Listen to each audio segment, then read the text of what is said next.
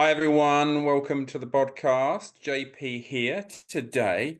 Do you know what? I find myself being excited all the time because I get to speak to people and ask some questions that I really want to ask. And again, today we have international speaker, world leader in that whole sales and marketing space, which already will be making some of you uncomfortable because I'll mention the words both sales and marketing. Amanda Bracks, welcome. Thank you so much for joining us today.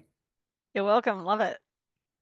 So, for those people, I'd be amazed that if there's people out there that haven't heard of you. But for those of people that haven't heard of you, like what do you do today? We'll talk about your journey here, but Yeah. give us a list because I know you've written books and you've held, really senior positions in clubs and chains and consulting work. But how would you describe what you are today? Pretty much what you just said. So, still consulting. I just did a neuroscience convention on Saturday, actually. So I did the sales and marketing to the Australian Neuroscience Association and working with fitness businesses, leisure, personal trainers, yoga and Pilates studios. So I'm the national sales manager currently for Fernwood. So I consult to them a couple of days a week. And then in the other couple of days, I work with leisure centres and other projects. Oh, and I also have my online training portal, which is fitnessmanagementtraining.com.au. And so there's quite a few clients in there that are just log in and then they do sales training, lead generation training online, actually, because it was just easier for some people in a remote area to get access to that. To be honest, it's actually a lot more affordable. Consultants in the day when we used to fly in, well, I still go in face to face and do sales training live. And that is a big part. So this week, just doesn't matter when you're watching or where you're watching it. Just in my week this week, on Friday, I'll be in one state. On Monday, I'll be in another state in Australia. And then the week after, I'll be in another state. So I'm still doing a lot of face-to-face live training in sales. All right. Now, I mean, I first met you because we spoke at the same conferences over time, I right? think And your laptop wasn't getting up and running and I had to help you, or vice versa. I can't oh my remember. God, I oh, can't remember who was who. that's embarrassing. I think it might have been me, but either way, one of us was helping the other, which is That's usually the funny case. because, man, I mean, I am the king of tech issues at conferences. Well, Like, that since might be like then you. I've abandoned slides in the past because of that. But I think when I first met you, there was a conversation going on, and it was one of those things where kind of presenters kind of magnetically converge upon each other, and there was conversations going on. And I think you were the only woman amongst this group of men. Yeah, it was fun. And we're And in a and different you're country. Let's make sure we were actually all in a different country as well. We were, and you were like, and you're smaller, right? So Yeah. that, but what got me was you're so damn confident, and you were like super, like no nonsense, and you were so confident. It was like you were like, easily one of the more robust personalities in the group, and it was like really kind of refreshing from that point of view. Yeah. And it almost felt like you were kind of keeping them all in their place as well. So you definitely have a real robust, no nonsense thing about you, which maybe hides also the fact that you're quite, as a Little? person, you're very spiritually connected at the same time. Yoga and Pilates Yeah. is like that. You had your own studio that I know you sold, and that was called Soulful, wasn't it? So That's right. how does, talk to me about, I understand why you're so confident because of your experience Well, it's and your actually not knowledge. But confidence, it's actually passion, so right? yeah. So look, talk to me about that. How does that all kind of link together in the one person? Yeah, I just don't think I've ever been any different. So I didn't know I was a small person until maybe 7 years ago. Someone had bought me a voucher to see an energetic masseuse, and I Mm. was in that massage, and she said, "Wow, you're like a big person in a little person's body." I had no idea. So I had no idea I was little until that moment. I thought, what do you mean? So it's funny, but I think it's really passion. I get, and look, I'm not as confident as what I should be, and I know that a lot of personal trainers sort of dance around selling PT packages because essentially in fitness we're all selling ourselves. It doesn't matter if Mm. you're a trainer or a yoga instructor or whatever. It is very confronting. I think you've got to get to a point where I think it's more resilience and passion. And if I put those two together, it probably masks as confidence. I do have a lot to say. Um, and I just think, at the end of the day, JP, I think one of the times I was doing Filex, I got the package of all the feedback forms back, and I got them. It was a big packet. Back then it wasn't internet. It was just Mm. the way they did the feedback forms. Thank goodness, to be honest with you. And I went through them all and I got about 250 awesome feedback forms, like amazing, great content, really articulate with the words that they use. I had one really bad one. And of course I focused on the one bad one, didn't I? So then from that moment on, I think, those guys like Joe Rogan and all that, they always say that what other people say about you is actually none of your business. And I don't ever look at feedback anymore. I might go out to a colleague like yourself and say, bounce an idea off a peer and say, what do you think about this and that? But I feel like, you've just got to know who you are, accept the positives and negatives, and then just move forward into space that serves. I don't know if that makes a great I answer, tell but you, like you just at the end there, like when because I'm thinking I need to ask you this then, and you've just touched upon it at the end there. It's just like, so we're not even talking sales and marketing yet, but I know where we're going. So knowing who you are, like how how valuable is that? Because it's almost like I'm careful not to say, is it everything? But at yeah. the same time, like that's a lot, isn't it? In anything in terms of how you present yourself, is knowing who you are in the first place. Yeah, I think we all try to be someone at the end, and you've just got to be like, this is me in this moment, and I'm always evolving, and everybody's evolving.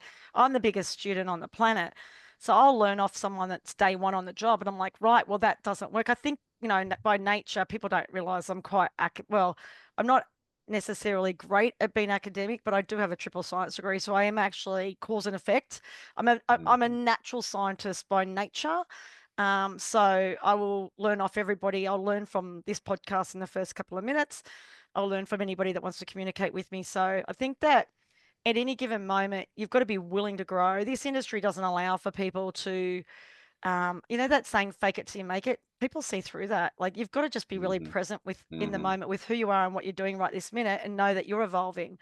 And I always say to staff, because I'll get a brand new staff member and they'll start and they'll say, everyone says, well, they're not trained up enough. And I go, well, they know more than the next person walking in the door. Even if they're trained for 2 days, they're going to know more than the customer coming in. So you do know something. Like just get on with it, and then you'll evolve and you'll learn and you'll take, some lessons along the way. And I think that's really important. So I think that just being present and going, and the other thing is, I'm a Pilates teacher as well. And I never forget that first day when I went out and taught my first Pilates class. I had a studio, I owned a studio. I didn't really teach Pilates up until that point. And my teachers were amazing. Like I've had some award-winning teachers and etc. Podcast like the Instagrammers with over 150,000 followers, etc. And I was thinking, all my members are going to think, "Wow, you are so crap." Anyway, I just went out and nailed the first class, and I walked out saying I would never ever teach again. I'm sure all the teachers listening would say the same thing. Yeah, after the first one, it's like so horrific. But I actually thought challenge accepted. I'll just keep going on, and I'm different. So then I realized, okay, well, you know what my skill set is? I make a wicked playlist. I sat down, I'm probably the only Pilates teacher ever to play Led Zeppelin, Jimi Hendrix, make the class sing at the end of the class. I just do random stuff in my class. And I felt I had to go so far left to brand something different than what my teachers do, which is really Mhm. great technique and cueing, that I actually had within 2 weeks full classes and they didn't. So look, that's a roundabout way to answer your question, but I think that you can find a niche, listen to what people want, be yourself, and that's myself. I love playlists. You've seen my Facebook. I'm always going to concerts, and that's my jam. So find whatever you're Mhm. passionate about. That's your brand. You might Mhm. be great at you might be great at queuing and you're very scientific with the way you deliver, technique. So that's your thing, and I think that finding your own space in the industry is really important because members will love it and customers will love it. It's just such an irony to me. Like, so you say, like, for example, oh, you're great at communicating that science side, and yet the irony for me is science is the thing that I leverage so that I can talk about basically the magic of being a human being. Like, Oh, but in order to get people's attention on me, I know that science is very reassuring. So look, here's the science, but actually, God, isn't this amazing? Like, aren't we amazing as human beings? And Well, so sales is science. Sales is the science of human sciences, human yeah, behavior. yeah, exactly. So yeah, I'm more of a human behaviorist probably than anything. But anyway, so there you are saying, all right, then it's passion, it's being authentically you, it's bringing forward your passions into whatever it is that you're doing. It gives you that point of difference, all of those kind of things. So tell me now, how do you get to this point of understanding that? Like, tell me a bit of your journey. Like, you've entered the industry at some point, and I don't. This is a bit I don't even know Yeah, about. 30 years ago, it's You've gone embarrassing. into the industry like 30 years ago. You're still going strong.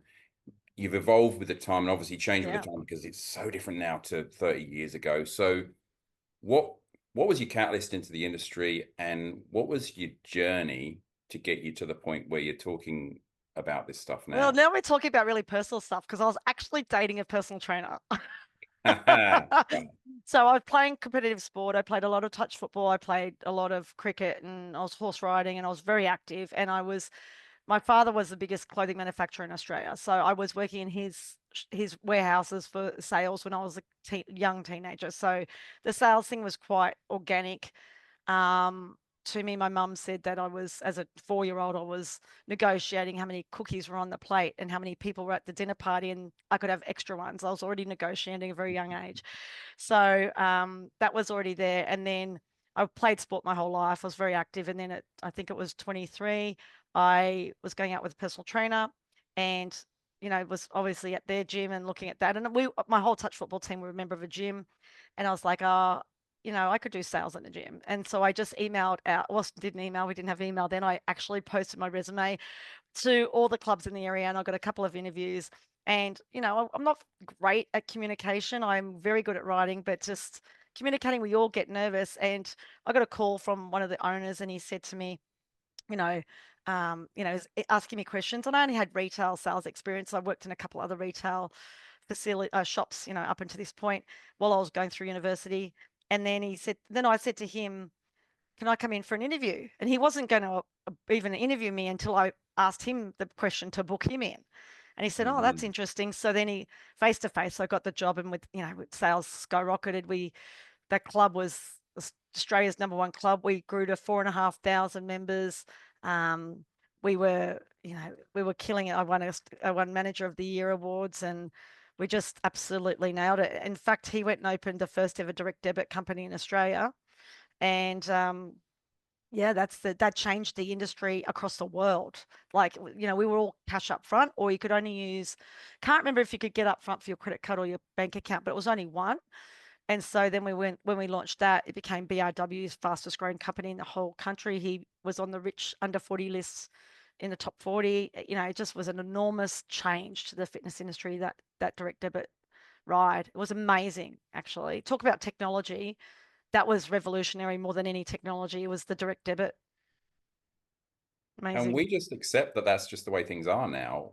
Yeah. But you saw it happen, and I had yet to that actually go wasn't to even the South goal. Australia and sell it to these states that wouldn't take it because everybody wanted their cash, right? So Yeah. like it was a hard sell. Like we had to go. I went to nearly every fitness business in the country, and that's where I still know a lot of people from. Is from those days in early 2000s. It was amazing.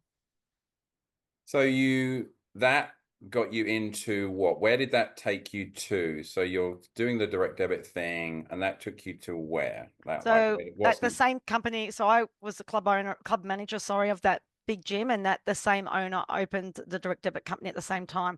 So consulting then become quite an easy thing because I was out helping with all the easy pay customers coming on board, and then we were growing their business because obviously if they made more money, we were getting a cut of that. And so we Mm. would make more money. And look, the cut wasn't huge. It wasn't like we were driving them for that reason. We just wanted to show them that we could grow the industry and we're very passionate about it. And it was an incredible journey. And so after that, I just went and managed some leisure centers. I just love turning businesses around. I went with InShape. One of the businesses was losing 500,000, turn it around. Then I went off and did my own consulting, opened a leisure center brand with a general manager that now has multiple sites. He's doing amazing. And I just come in and out. And then I've been the Mm. national marketing manager for Vision Personal Training. So back into PT, back into driving franchising businesses, and then back out, opening my own studio, seeing if I could apply everything from the fitness side of it into yoga and Pilates, and then now back out of that into Fernwood, and it's been at Fernwood for 15 months, and we've grown it by at least, I think it's about 13 to 15%. They've just won 10-star satisfaction of the year. It's just an incredible ride. Opened a couple of clubs there, and doing that, as well as I've opened leisure centers for councils, consulting to personal trainers and Pilates studio, tiny Pilates studios with no staff, to big council centers. It's all very great to, just to have such a diverse clientele, to be honest with you. Mm. It's, you really get experience that way. So if In, you've in the done all of meantime, that, writing a few books and lecturing around the I was world. going to say, like, where did you've written books? So when did they appear along the journey? Yeah, just through the journey. The first one was inspired by creating myself maternity leave. And that's what happens when you're a single mum and oh no, I wasn't a single mum at the time, but I was like, Mm. no maternity leave. I've got to pay myself my own wage, and did that. And it's interesting how things come about. It's amazing what we do. But that was for that reason. And also too, I thought I'd buy myself some time. It actually made me busier. I thought, oh, if I write this book, everyone's going to know the answers and they'll read it and get on with it. And then the other one was all the members at the leisure center. I interviewed all those guys, and they had amazing journey. So I just did a book about their journey. And then the last one was customer acquisition, 465 ways to gain and retain customers. And that was just because I just had so many ideas and wanted to help people. And that was great. That went across all different industries. And I just started my fourth book only a few weeks, maybe last week, but I've got to get into it. I think that's a Christmas project. Very cool. That'll be Very more cool. on like customer centric. I feel like we've gone from being really customer focused to being very transactional focused, and I think it's going to need to go Mm. back to be very customer centric. So I would really want to take it back to being customer focused again. I think it's thank you for sharing that, by the way. That's really, really cool A lot of story. personal stuff that So, no one knows about. and then you've got, so you've, it's more than sales and marketing that turns businesses around. So there's obviously, you bring other things as well, right? Yeah.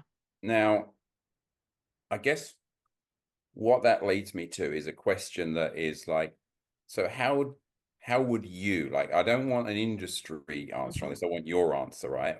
How do you describe what sales and marketing is from your perspective? Simply just moving people forward. So Okay. finding someone with a need and moving them forward. And I use that language a lot. Just move them forward. So find out what their need is and move them forward. It's that simple. If you're not asking them to buy, you're just leaving them stagnant. And you're expecting them to step forward on their own. People just need you just need to help them move forward, whatever that is.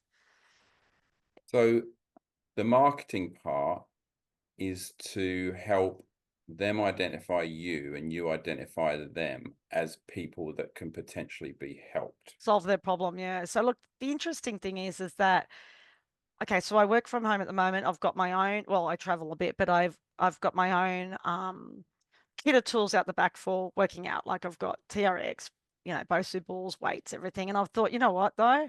I'm not meeting new people. So that's localized in my area. I meet people in Tassie, I meet people in New Zealand, but let's Yeah. let's find I don't know a lot of people in my area because I'm used to having my own gyms and working in different areas.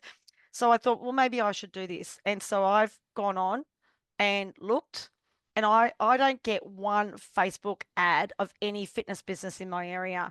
So if I was a customer that didn't know what the difference was between a small group training, a Pilates studio, and that, I would have absolutely no idea.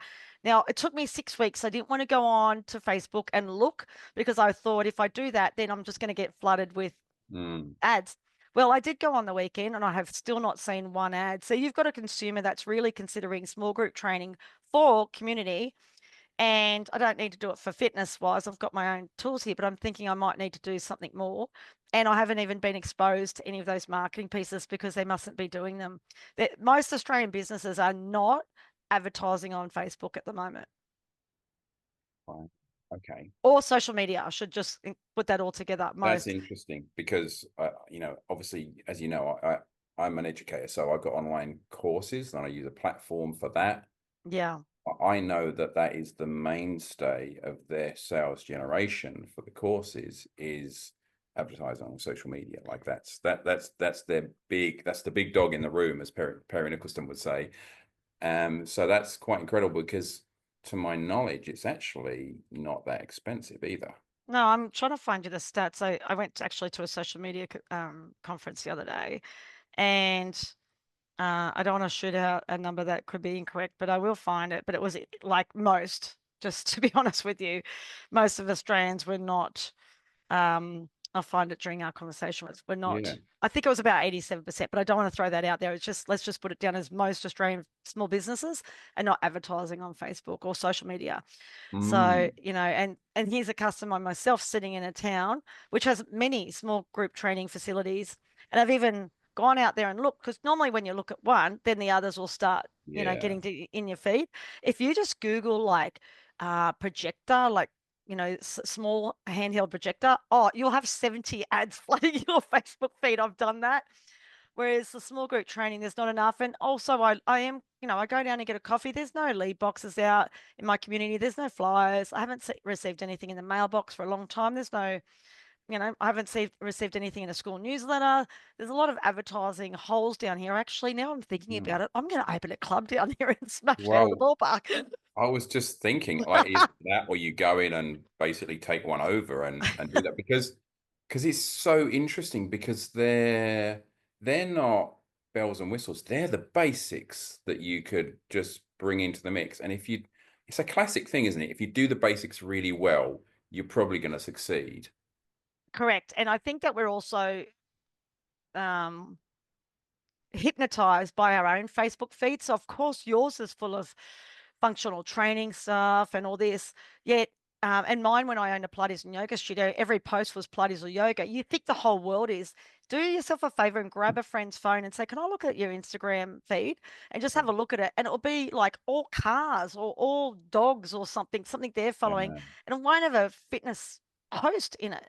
And so I think we get bogged down in that. We think, oh, everybody's doing Pilates, everybody's doing outdoor boot camps.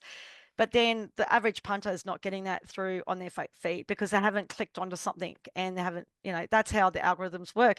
And before we could code, and nowadays AI is really picking it up.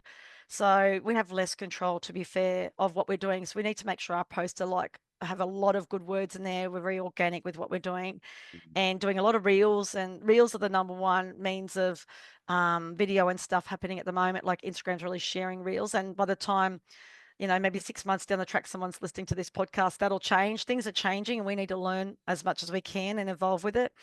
But you've got to get out there, and we are an educator and we are a service business and we need to be educating the public more about what we're doing. So that is like posting constantly and giving them a little, instead of giving them everything, just give them a little bit every day. Mm. Why you should squat a certain way or why you shouldn't lift too heavy or why you should. Just little tidbits all the way along makes you the expert in the area. So I want to talk a bit more about the social media stuff, but not yet. So because we are a service business and because when it comes down to it, it's face to face, even if it's through a screen, Yeah. it's face to face, it's connecting with like human beings. And then so the words sales and marketing, for I know for at least half of the people watching or listening, there'll be uncomfortable words because they think it's a thing that they're either not good at or somehow they're not suited to, or it's a dirty word Yeah, I because was going to say the same all they want thing. to do is just help people. And the idea of selling, I mean, oh no, I'm not, I don't do selling. I'm about helping people. So what do you say when you get that? Because you must have heard that a good number of times in your career. I'll give you another word. So we said sales and marketing might be dirty words. The other dirty word's ego, right? Yeah. All about this. And so you've got to drop the ego because you're getting in the way of helping someone else. So if you really want to help people, maybe it's sales plus marketing minus your ego equals helping people. Actually, Mm. that should go in my book.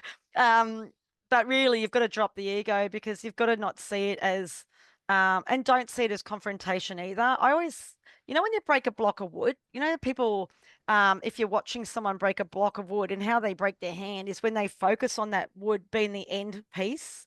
They'll focus on the wood and they try and smash it. Well, the way to break a block of wood, and please don't, this is a disclaimer, don't go out there and try it without having a sensei with you. But the way they do it is they say, you got to focus on the wall behind the wood and you've got to get your hand to go through towards that wood. And it's the momentum through the wood that actually is meant to break the grain. Well, I've always seen sales that way. So when I'm on the phone to someone or when I'm speaking to someone, I don't see the sale as the end. I see it as the beginning. Whereas I think a lot of people see it as the end. That's why they get up, worked up about it. They're fearing rejection. They're fearing, that they're not good enough. You just got to drop all that and just go, right, you want to move forward? Yes or no? Maybe you ask a different question instead of saying, do you want to join or do you want to take this program up? Maybe it's just like, are you going to go for it? You can ask it a different way, Mm, mm, but it's still asking them to buy. Most people don't, in sales across the world, most people don't buy things because they're not asked, because people are being indirect with the communication. And I think with personal trainers particularly, they're probably more S-style people on the DISC profile, which is your steady relators, which are indirect communicators, which then have an issue. But you've just got to, I just find really cool catchphrases for indirect and direct people to say that suits their personality. So everyone can sell, because as a baby, you just wake up in the morning crying because you're hungry. You're asking for the sale. mm. You're telling someone how to help you. But what happens is children, we're then at school, and if you do you've got a class of year two kids and you say who's the artist in the room, every kid will put their hand up and say I am. And this is a psychological study, this isn't my opinion, but and then by the time they're in year six or year seven, you say who's the artist in the room, and three kids put their hand up because they've been told that their painting's not good enough, that they're not good enough, they're not an artist, don't be stupid. And it's just that whole, you just got to get everything out of your head and just go, this person, training, sales, just the process, just like breaking that block of wood. It is really that simple. Just get over yourselves. Yeah. Isn't it funny though? Because those people you would, when you meet them, you wouldn't think that they would be an ego person until it's pointed out, and then they're like, "Oh, wow, but I'm not an ego person." And then it's like explained to them, and it's like, "Oh, okay, so I'm getting in my own way with that." So Yeah. is there such a thing like given that you've done the whole yoga and Pilates studio thing, and that your approach has worked well there because you We sold that because we were business successfully. Australian boutique of the year, yeah. Yeah, and it was the Australian Boutique Studio of the Year. So if you have that and it's worked in that environment, then is there such a thing? I don't know how to describe it as like authentic marketing. Yeah, Like, is there like a absolutely. soft skills version of it? You know what I Yeah, mean? like that grassroots community stuff that fitness industry was built off. The fitness industry in the 80s was built off the trainer going down to the football club saying, "Hey boys, you want to come and train at the gym? Come up, I'll look after you." And that's exactly how it was built. So when we had COVID, I went out and I just said any 000, anybody that lives in our community, and I was on their community pages on Facebook and in our own, any 000 workers can come and train in a certain month free all month and stuff Hmm. like that. And then the other thing is I have a torn bicep off my shoulder.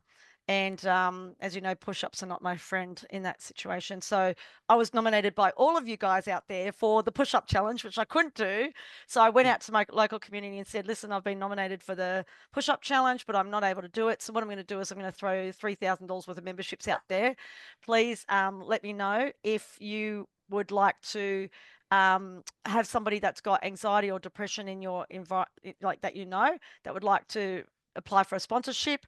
And they just emailed in. Oh, and I got so many emails from people, but how good do we look to our community? It was obviously we wanted to help people. Our number one goal in COVID was to make sure none of our team and none of our members killed themselves. That was just the only goal in the entire lockdown period, because owning yoga and Pilates studio is 100% of it was mental health more than physical health. We had a lot of people. We had people having shock treatment and everything as members, still Oh, getting fully electrocuted. It was incredible. I'll fix that in a minute. jeez. Okay, so grassroots, real connection, finding ways of creating almost themes around connection. I got a story for you actually before I go on. I'll just throw this in the mix and get your view on it. Uh, I remember, so someone that we both know, Angela Lee Jenkins, once put a thing out at one of the conferences, and I was listening away there, and it was about creating all the feel-good hormones. And it Yeah. was about showing gratitude and appreciation for people. And it's like, will you reach out to one person a day for the next 6 weeks, for example? And I'm thinking, well, I probably do that anyway. If it needs to be a challenge for me, I'll do 5 people a day, not realizing just, and because then I have all my own set of rules, which was I'm not going to do I really appreciate you, thanks for being in my life 5 times per day. It was going to be a message specific to that individual where I would say why I am appreciating them being in my life. Wow. So it ended up, I think I did like 300 of them. Holy crap. It was like, and it was really difficult to do some days because it's like, I don't have 40 minutes or an hour, right? But I did it. Like I was just so solid in my commitment to it. So there's two things that happened. Number one, I wasn't attached to getting a reply.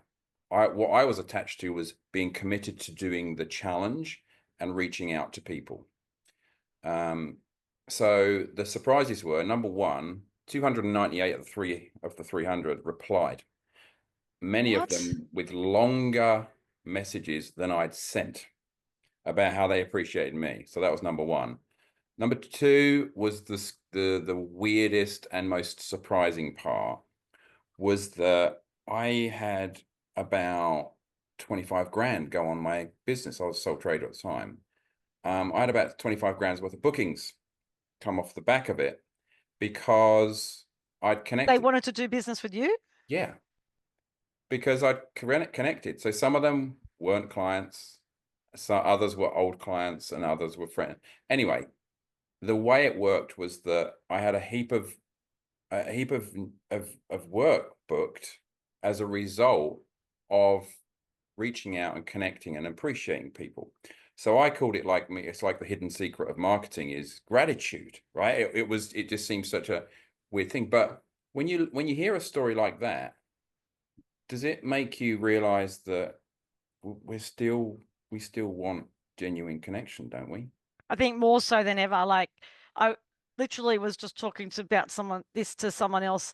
If anyone went to Pearl Jam over the last couple of weeks around the world, people were still having like a hangover from it, and they were like, I feel really bad. And that's because people are so crying out for that human experience. Like, obviously, his voice is very emotive, but then being with 50,000 people singing the same songs and just being so spiritually connected to everybody in that room, in that arena for whatever it is, 3 hours, and they're just giving it their all. And to be honest, all the graphics and everything weren't light shows or anything. It was just them playing music. And that was such an authentic experience that it was unbelievable. People are still commenting saying for days afterwards they were having a lull because they had so much dopamine and serotonin released during that event. But that's because they're not normally doing things anymore. So if you do the boot camp, you would have that connection with people. If you're in a group fitness class with 30 pumpers, you're going to have that connection with people. You're all trying to achieve the same thing. You've gone through the same experience. And then all of a sudden the gym industry has turned into 24 hours, so people are training alone. And then, and I just think the solitary experience of the fitness journey, it's been convenient. So like even myself, I was training outside by myself at my house, and now I'm thinking, well, I think I'd like to train with other people. So I think we're all trying to, because we're doing so many things on our phone via Zoom, and I think the fitness industry is really going to be bringing back that human connection. And I've actually been saying for a while, AI can take the jobs of any of the smartest people that we have in our country, but they can't take the jobs of our trades. And it might be just potentially, just maybe the trades in 10 years' time are the highest paying industries. Just think about it. It's just a different perspective. It's because you can't take the authenticness of people and what we can offer each other. And that's why in sales, right? So the trainers and people in fitness don't like necessarily selling, but what you need to do, and you have to do it, you've got to remove risk. AI, no bot, and I train bots online and all this sort of thing to try and interact with people that are inquiring on websites, but no AI is going to remove the risk for the consumer coming in. So human element's got to be there to, and the bot can't motivate someone. It doesn't have tone. I mean, 7% is of the words that the way we communicate, 7% is words. So unless the bot's going to come on and have like a big smile and be really vivacious and, there's going to be only so much it can do in sales. It can do all the transactional selling, but when it Yeah. comes to human interaction and removing risk for the consumer, you're going to have to do the work, like still do the work. Mm. I love it how I answer your question with like so many different things. Yeah. But that's good because that there's a lot of different elements and themes in there. Okay, Mm. so let me pull out a theme that we both seem to have hit upon, which is it's not about. So we're talking about sales and marketing there, and here I am talking about connection, right? It's the same thing. Exactly. So I, with I, I always say sales are just an energy exchange. yeah, and I think I think you need to get yourself into a space where that truly is your belief as opposed to what you subscribe to but you don't really believe underneath. Like you need to get to a Mm. point where you know it to be the truth. Yeah. Look, I think that people who don't like sales don't like the experience they had, and they've got to go do some therapy. They might need to do some trauma counseling because we aren't built up of the education that we know and our experiences. There isn't really anything else that we're sort of built up from our past. So the way you're delivering is probably from past experiences. So if you don't like, the way others have sold to you, then go out and lead from the front and sell with soul. Hence, my business was called Soulful Fitness because I thought there Mm, was a lot of businesses at the time, and I'm not bagging the 24-hour model because I think it's amazing, and thank goodness for it because sometimes I do have a late night workout in a different town. But everybody was doing 24 hours, so I came out with Soulful because I was thinking that was a little bit soulless, but it was mm, convenient. It's actually mm. it's convenient fitness. Now let's start putting the soul back in. So connection is everything when it comes to, and the other thing is we're a service-based business. So for some reason, we think we don't need to be our best in the sales process. That's when you've got to engage and be your best. So then you can show them how you can best service them later on. Mm. So look, at the end of the day, if anybody's worried about sales, just give them 5-star service and be thorough. And that's it. That's the recipe for, conversion. I reckon the discomfort is more around like at some point we have all had people try to sell us stuff that we don't want. Yeah. And I think that's the vibe that people kind of remember. But if people are genuinely looking at, okay, then how can I either work with a person or work with a club, say, well, you're not there to stop convincing them of that and to give them information that's going to put them off. Like you're there to help them achieve their goal. So I think that's the thing. It's like I don't want to sell stuff to people that they don't want. That's selling. It's when you've sold them something and they didn't even want it to start with. Whereas it's more like you say, it's helping people move forward. That's what you said earlier, I right? So I think yeah, I think a lot of people just don't sell at all. I think they just don't ask them to buy. So I think there's not a lot of fitness people out there selling people something they don't want. I just feel like they don't want to be rejected. So they're like, oh, well, you get back to it. You speak to your husband and get back to me and let me know what you think. They're not asking the right question. So we are ruining it, to be honest with you. Not, yeah. I think that they've just got to get over it and go, just this is the ironic thing. So when I usually do face-to-face training, and this only happened a month ago on site, I had a bunch yeah. of very young staff, and they're like, didn't like hard sales. So they wrote down the definition of what hard sales was.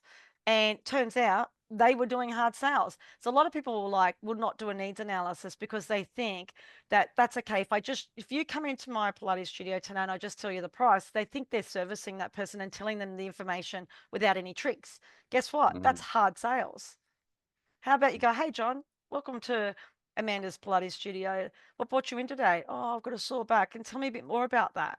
That's Mm, not hard selling. That's consumer centric experience. yeah. So funny enough, I find the people that think that hard sales, fitness industry is hard sales, they're the ones actually doing the hard sales. And anybody that's actually going through a needs analysis, or even if it's just 5 simple questions, with one being, what made you inquire about our services? I don't think you've got to write. Look, we've been mystery shopping, and I've been mystery shopping for the last 30 years. I could ring any club in the country right now, and the first question I'll get is, well, what do you want? Or do you have a seniors card? If I ring any leisure centre in the country, the first question I'll be getting is transactional. Do you have a seniors card? And that's hard sales. Ooh. Yeah.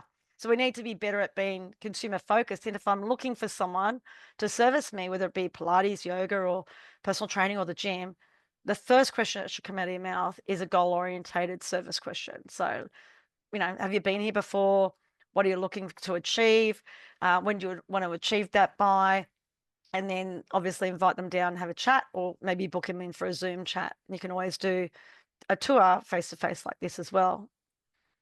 I mean, you're basically saying this terrible thing of get to know them and find out a little bit about them and show a genuine interest in them. I mean, How about we start what on doing earth are that? you doing here? Well, actually, I sell less than any. I sell more. I get more dollars coming in sales, but I actually do less selling. I just do more. It's just mindset. And if you've got to get someone to change, like let's talk about consumer psychology right now. If you're asking someone to make a change in their life, you've got Mm, to ask them where they're at, and you've got to do a little mindset coaching. You're not doing trickery or anything. I need to know, where are they at, where are they mm, going, and then what do they have to do? Like, what hurdle do they have to jump over to get there? And one of them is definitely allocating time. And if you're sugarcoating that, you're lying to them. mm. And you're just going to be like, well, what is the pain they're moving away from towards the pleasure that they want to get to? Because it's the pain that's the driver. Now, we don't make people cry and have trigger moments or anything like that, but we do get them to articulate and be accountable for what they want to achieve. And if we do that, so IHRSA, the International Health Sport and Racket Association, they did some retention reports a while ago. And if you actually do this needs analysis in the sales process, the member will stay at least 6 months longer. They have a 6-month adherence to their exercise routine. So it's a critical part actually of their exercise success. Interesting. It is interesting. So the person who wasn't a trainer is actually putting more trainer stuff into the process to make that person successful. It's an interesting discussion. I'm sure there's a lot of people with a bit of a smile on their face, because I think really at the end of the day, what sums up this discussion is maybe really got to get over yourself and figure out what's in the best interest of this consumer and do your utmost to help them get there. Yeah, yeah. Wow. I mean, I do some mentoring and coaching with people, mindset stuff, and there are a, I don't know, there's a majority, I would say, more than 50% of the people that I talk to would have some form of block about receiving from a financial energy perspective. Like, it's Yeah, almost and like I, it's like I it's an get that energy too. exchange, and people Uh, have these blocks, like it shouldn't, you shouldn't want that part of what you receive. well, some part of that might be, I don't know, that could be tribal, like through your DNA. You could be, your ancestors could be the Bada, like that could be something tribal there. The other part of that is literally self-wealth, literally self-worth. Yeah. So because we're putting in a monetary, people like the trainers are thinking that's what their self-worth is. No, that's what losing weight is valued at. We've got to do the action, or the activity is related to that. And I had this trainer when I was at Vision Personal Training, sorry, this client, and I posted in a social media page, tell us at the end of the years, Calm, what have you achieved this year? And he's popped up and said, and I'd only just started, he'd popped up and said, I've lost 87 kilos. And I'm like, and he said, I'm a new person. I thought, who the hell are you? So I messaged him privately and said, what the hell? Tell me all about your story. We flew him Mm. down to Sydney. We videoed his story. And in that story, he said, well, he was on a very low salary, and he was quoted 3 sessions a week. And the trainer couldn't believe that he wouldn't start on the day he came in. So he came back the next day, and the trainer was like, thank goodness you came back. Why did you have to not make a decision on the day? I mean, this is serious. The guy had never been under 100 kilos since primary school. So, Unbelievable. So he was about 30 okay. something years old. So he'd never been under 100 kilos since primary school. And so all his high school career, he was over 100 kilo, his high schooling, he was over 100 kilos. And the trainer said to him, "What made you go away without joining and coming back?" And he Mm, said, "I needed to get a credit card." And so it's none of your business where they find the money. He went and got himself a $10,000 credit card. We're all good at doing that to go to Greece or Bali or whatever. Why can't he do it to save his life? And mm, that credit card for $10,000 saved his life. He lost the weight in 1 year. He got a new job. He got pay rises because he's confident. The guy wouldn't even go to a restaurant just in case there was, um, railings on the seats and he wouldn't fit in the seat. So he never went out. Incredible. And then the other thing is the trainer, the guy was needing to decide. He was like, "Why am I paying money just to walk around the block?" Because obviously a 190-kilo man can't walk on a treadmill. And he goes, "Well, why am I doing this to walk around the block?" And then he said, "I can do this by myself." And then he said to himself, "But I'm not doing it by myself. And so I need this." And then obviously the weight just started falling off as we got him moving and got his mm. diet sorted out. And it's none of our business where they find the money. It's our business just to go, "What do you want to achieve? This is what you need to do to get it done." I just do a logical close and then ask them to buy. But it's probably the asking to buy part that's missing all the conversions from leads into sales. So the asking to buy isn't, are you going to buy? The asking to buy is, are you ready Right. to, are we going to go for it? Are we going to go for it? Words like that. Yeah. And or like I always say, which option suits you best? I'm a very logical Mm, person. So, it's this one or this one. Which one suits you best? If we get their goal and then we lock in the deadline by when they want to achieve their goal, we just got commitment before money is even presented. But a lot of mm, people are asking for the commitment in the money. But there's two mm. things we need to commit to. The first one is actually their goals, because I think on most accounts, they're probably not committed enough to that first. And then the money is not going to make them commit. So we've got to get the goal commitment and then the timeline. When do you want to achieve that by? And then once that's locked in, you have permission then to price present to them. But if you don't have that permission, you're just going to price it out and you're going to get the "I need to think about it" objection Yeah, because it's weak. So that's the mindset part. You don't even know what the problem is. A lot of people are price presenting and they don't even know why that person's there. yeah, yeah. So they're trying to provide solutions and there's no authenticity in that, is there? It's like you walk into the doctor's surgery and he gives you a prescription for cough medicine and you went in with a sore ankle. That's how it would Mm, feel like to the customer. mm. Yeah, I mean, that's a perfect analogy. I use that a lot. So, all right, I want to talk about social media. What I'll do is I'll say that we're talking in December 2024, Yeah, so that people have that kind of date marker, because like you say, in a year's time, we could have a completely different conversation when it comes to social media, yeah, because algorithms change and actually trends change as well. Like you say, reels are really in at the moment. So yeah. Like threads will probably be the next thing, it just yeah. needs more people on it at the moment. But I'd say in 12 months' time, threads will probably be pretty big. But again, we don't know. Mm.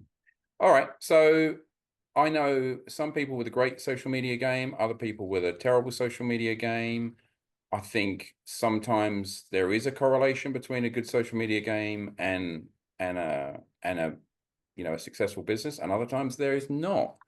Where does it fit in? Because like you've done it from when it was face to face, let me talk to you as a real person and write things down on a piece of paper, through to now where you're training bots in businesses to, like, you're like a tech wizard rather than necessarily a salesperson half the time, right? So in today, in December 2024, where are we with this social media piece, and why does it work for some and not for others, do you think? Location. So location has been found that it doesn't work. So you could have, you could just have a location and it just be gangbusters. You might only put on $500 a month spend on your social media ads, and you can bring in enough leads to be thriving. And if you're in a city environment where you've got a lot of competition, you've got high rise buildings, and that you might find you struggle there. So location is one part that does play into being a major factor in your success on social media. But you have to have, whether you're successful in ads is another thing, but you have to have some footprint on social media. Otherwise, it is the number one place people are going. They're going to your Instagram. Everybody is going to your Instagram page and your Facebook page and or before they even go to your website these days. Before, I think it was 97% of all people went to Google. now it's also it's moving towards going to social media pages. So it is your brochure for your business. If you've got an old post from 2019 and 5 years ago, that's going to tell consumers that you're slack, right? So you've just got to get a calendar together. I'm very content heavy. I've got a lot to say, and you're all experts in something. Break it up.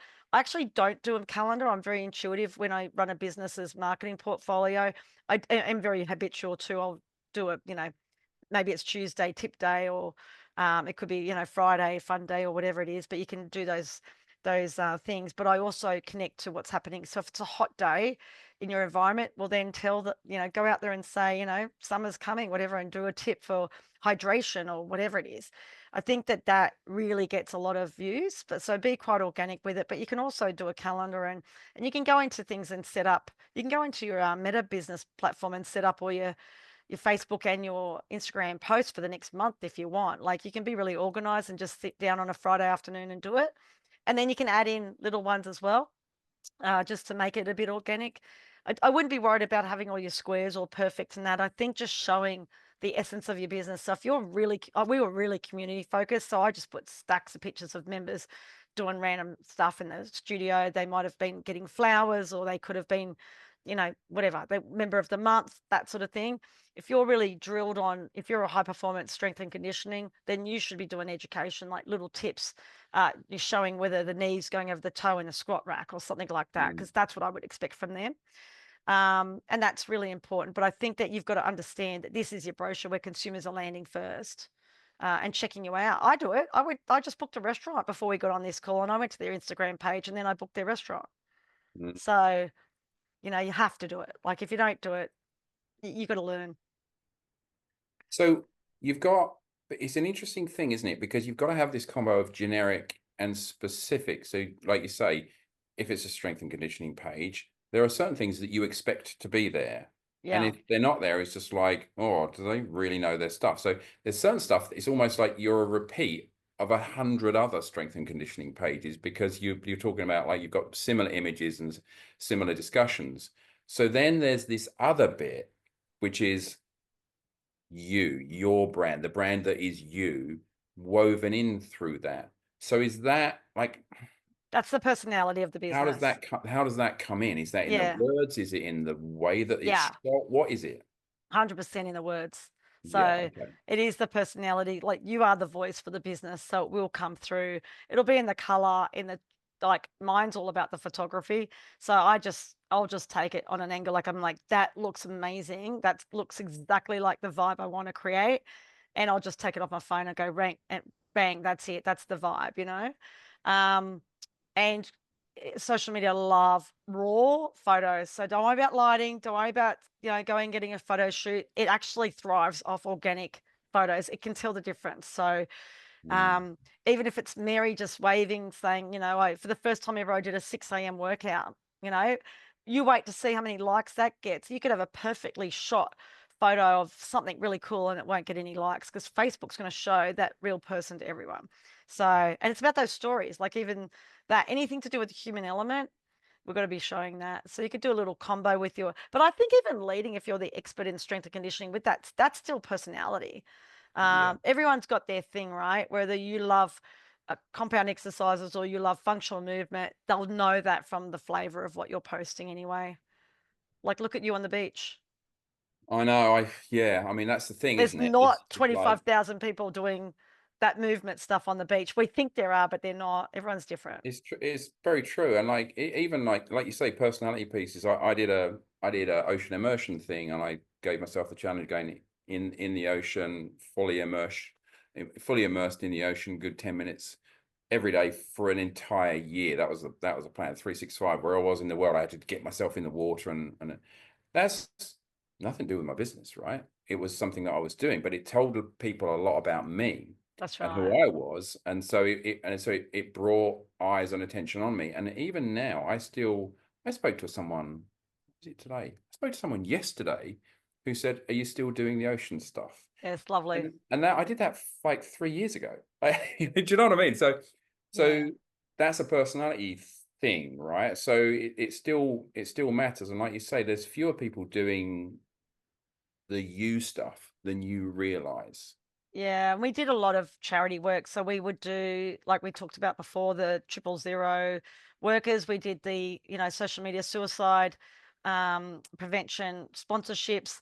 We did, I used to just let anybody, someone was saying something about, oh, they were looking for a place to drop off donations for a dog shelter. We were like, yep, that's us. And then we would just then the local people would just go to Soulful Fitness and drop off your stuff for the dogs stuff. And then we just really juiced it up. In the Lismore floods, when that happened, I straight away, because obviously being in fitness, Matt had a gym up there, Lismore Health, and from direct debit days, I knew that they were up there, and I messaged and said, "What can I do to help?" He said, "Well, my gym's safe, but we're the grocery store for the whole town." I said, "That's okay."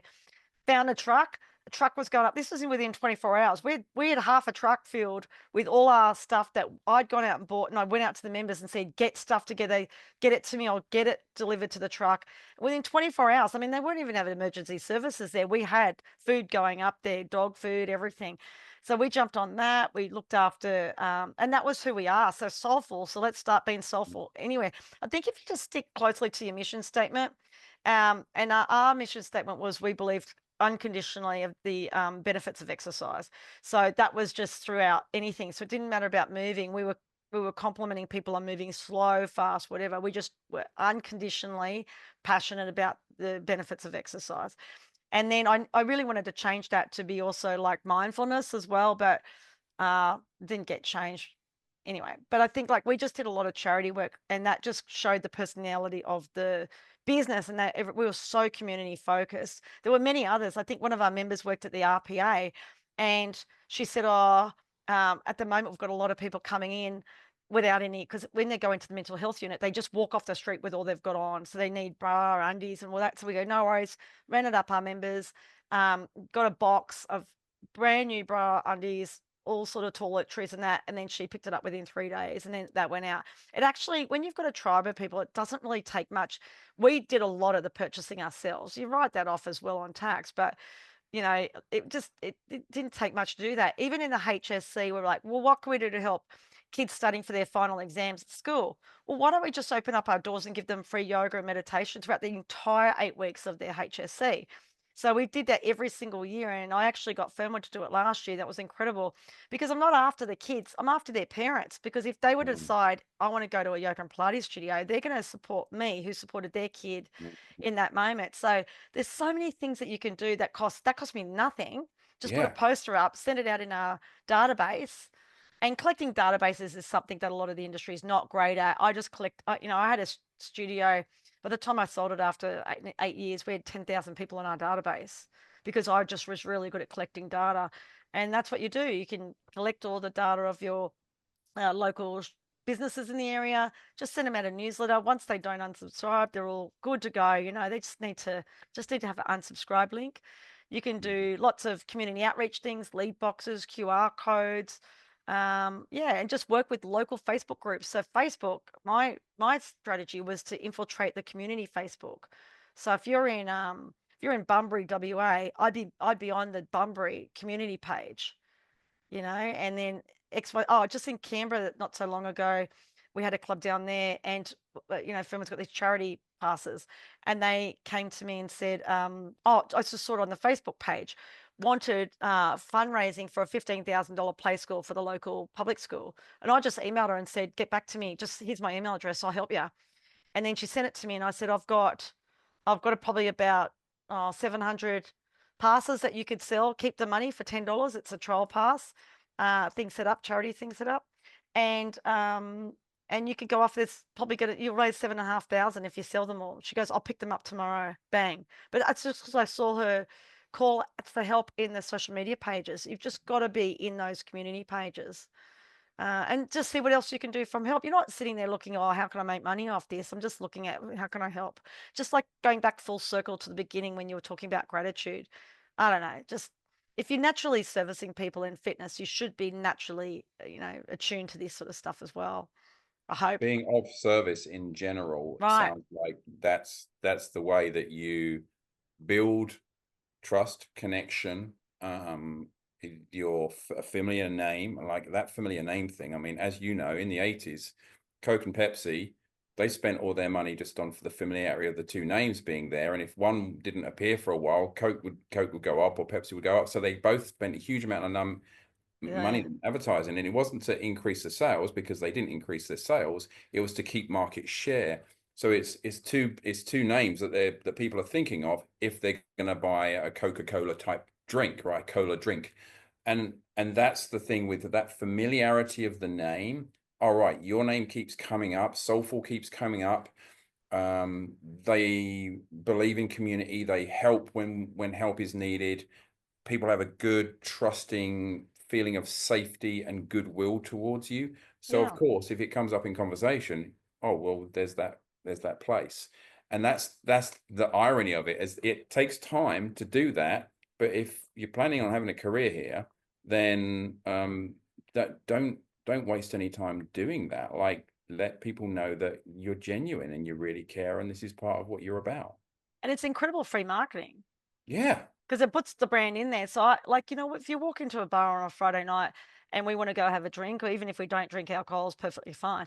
But if we walk in there and you've got two beers on the top of your head, you don't go looking at the 55 craft beers and all the other beers that are there. You look at the top two. It's either you've got your two favorite brands. So we've just got to make sure that, like you said, their peace of mind is that if I, like me right now, I don't know, and I work in the industry, I don't know where to go. That's why I haven't started anywhere. I'm not convinced Mm, anybody's mm, worth my money in my town, to be honest with you. mm. I'll just keep training. And after this call, I'm going to go out and do a functional session outside because I can, and I just Yeah. was like, no one's earning my money in this town at this moment because there's no charity. I've got what, three kids at school. No one's coming through. Uh, as sponsoring my kids or anything like that. There's nothing. We're in the football team, we're playing rugby, we're playing netball. I haven't heard of a gym in a long time, or even a small group training.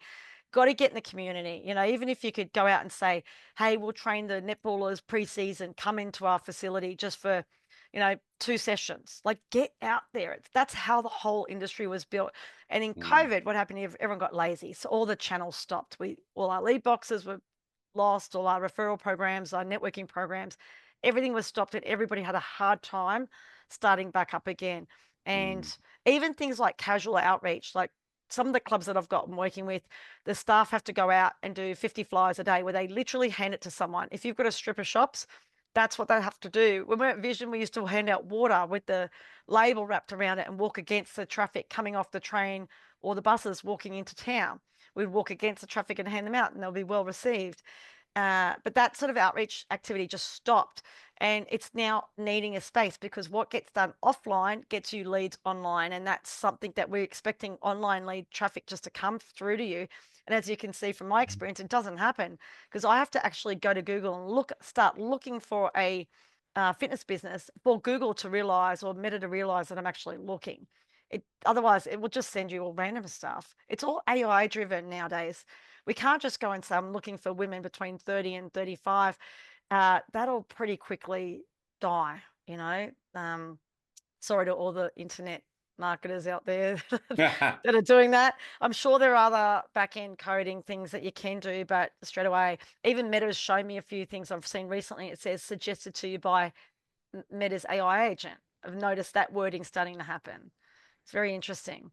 I really like what you said about, like, if you sometimes you need to make it happen offline in order to make it happen online. So Yeah. you still, so no matter how good your social media gaming or how well you use AI, if you're not doing anything in the real world, you are missing a chunk of I don't like this Well, you're language missing a normally, huge amount of but opportunity. but lead generation effectively Yeah. Like, is still huge. in both spheres. It's in the real world, and which is very reassuring for me because I'm a Yeah. real world operator. Ironically, for a guy that sells courses globally online, I'm about the real world Right. kind of life, right? So it's so reassuring to me that you're saying to me, is it as important?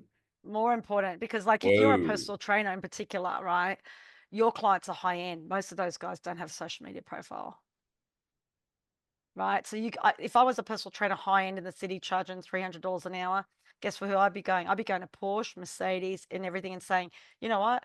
I'm going to give you a 2-pack or a 3-pack of personal training to anybody that buys a car from you.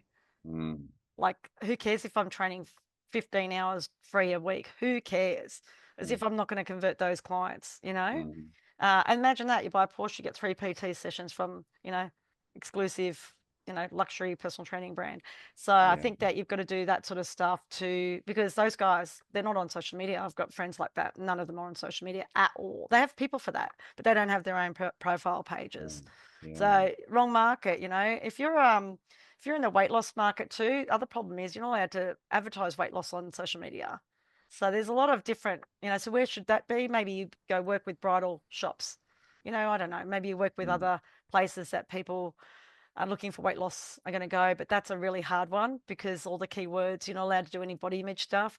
So there's a lot of industries that is sort of have trouble. Oh, so psychologists, because I did work with the Neuroscience Council on the weekend, they can't advertise a lot of that sort of stuff. So they've had to do this grassroots stuff as well. So yeah, marketing. Look, back in the day, we would have had radio, newspaper, and letterbox dropping, and that was content, content, and content. We need to go back to content advertising, and there's still print around if you want. I think letterbox dropping is still great if you have that opportunity to do it. You could put, if you're a trainer, you could put a poster up in a cafe with a QR code, scan that for. yeah. And I Yeah. just saw one in the bakery, not for me, but for my kids.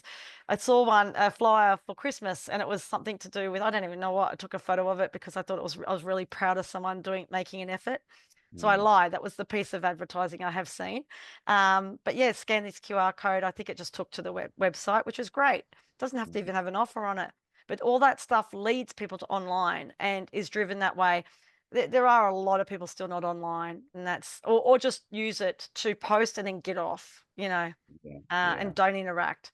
And look at the amount of different businesses applying. We're not fighting with the other fitness businesses for space. We're fighting with Mercedes, JB Hi-Fi, whatever it is, all the sales are on, and things like cyber sales, Black Friday sales, Boxing Day sales, they're going to take up the space, and your little few Mm, dollars are not going to go far. So you've got to go. I think it was Reynolds. What was his name? Oh my God, very famous Australian marketer. I said, when they zig, you zag. So if they're all going one way, you need to go another way. mhm. And so just maybe that month you run your referral campaign when there's huge, big sales going on. If you're not getting the traction you need, or like some businesses did, that go out a week earlier. Try and get outside that block where everybody's spending money and your few dollars are not going anywhere. So we could probably talk for another 3 hours on I this, was just thinking that. but I know we've been going an hour. So what I'm going to try and I want to kind of close out on a final question for you, which is like we've talked about you being in this game for 30 years, and it's been in an ever changing market effectively across those 30 years, and it's changing more rapidly now than ever. I think it's obvious if people just listen to you for the last hour why you've been able to be successful across that time. But how would you describe it yourself? Because if I were to describe it, it's obviously that you are made of ideas, and you can laterally think as well as forward think in any situation. So you're incredibly adaptable to that change and really creative within that space. Um, how would you describe it for you? Like, why are you still going hard at it and so passionate after 30 years? Well, thank you, because that was actually really great that you can articulate it that way, because that's bang on. Um, I guess I have thought about multiple times getting out of the industry, and one was when I sold the club. I thought I was going to go off into a totally different industry, and then I I did keep, too. I totally was 100%. And I never, ironically, I said I'm never going to ever sell another fitness thing ever again, or I'm never going to teach fitness sales again. And then 3 months in like I had spent 2 weeks in Kakadu, and then I come back, and then I got this opportunity. So, look, I think it's about, obviously, if you love sport, you love sport, and to see the people. I think it's when you see change. I see staff grow, I see owners grow, I see their businesses grow. I'm someone, if you grow and you put in the things that I say, I'll give you more. I want to see it more and more and more. So even with members, you know, the amount of people that have changed their lives, literally, like the guy I talked to you about it with the 87-kilo weight loss, the transformations, like we really don't get a better industry. You and I could have made millions of dollars more in a different industry, and so could everybody listening. So the thing that attracted it to us is actually keeping us in this industry, being adaptable, just, you know, just soaking up customers when they actually compliment you. I found that really hard, but you have to do it because it makes you go and ring the next person or motivate the next person. A lot of people burn out of our industry. They don't keep filling up their own cup. So you've got to just allow that cup to fill up, and you've got to make sure the cup's not drained by the end of the day. So don't spend time investing in, you know, people that aren't investing in themselves. So if you're continually having to continually work on someone to show up and work out, then maybe just tell them it's probably, you know, oh, what are we doing here? Is this still something that we're going to be doing? But if you keep seeing customers showing up, and look, I say that, but I still wouldn't give up on anyone. I'd be like, get your ass into the gym. But I think that it's those moments where you do say that to someone and they do then have that epiphany and they do start achieving their goals. That's the stuff that keeps us all going. I think yourself included, is when you see members achieve. Like I had a member that had a car accident head on at 100 k's an hour, couldn't walk or anything, and she ended up walking and stuff. That, you know, that stuff just makes you want to stay in the industry and keep going. And it's the best product in the world to be selling. I have no reason why anyone has a problem asking anybody to buy a fitness product. I mean, everyone needs to get their head checked if that's the case. Like, really? Like, what are you doing here? I always say that if you don't believe in fitness, there's the door. Get out, because it's so hard to stay. It's not that hard. It's not that easy.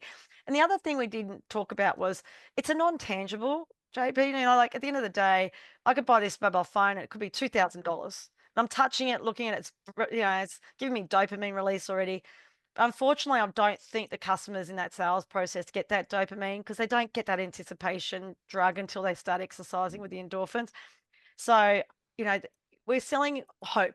That's what we're selling when we're doing sales.